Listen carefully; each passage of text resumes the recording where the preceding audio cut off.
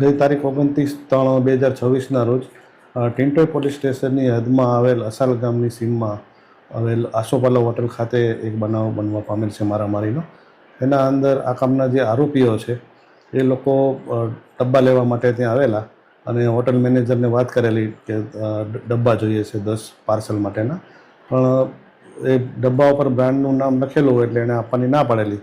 એ દરમિયાન આ લોકો ઉશ્કેરાઈ ગયેલા અને કુવાડી જેવા હથિયારો લઈ અને આપના પર હુમલો કરેલો, જે અનુસંધાને ટિન્ટોય પોલીસ સ્ટેશનની અંદર ગુનો દાખલ કરવામાં આવેલ છે અને 2 વ્યક્તિના નામજોગ ફરિયાદ હતી અને 2 વ્યક્તિઓ અજાણ્યા હતા.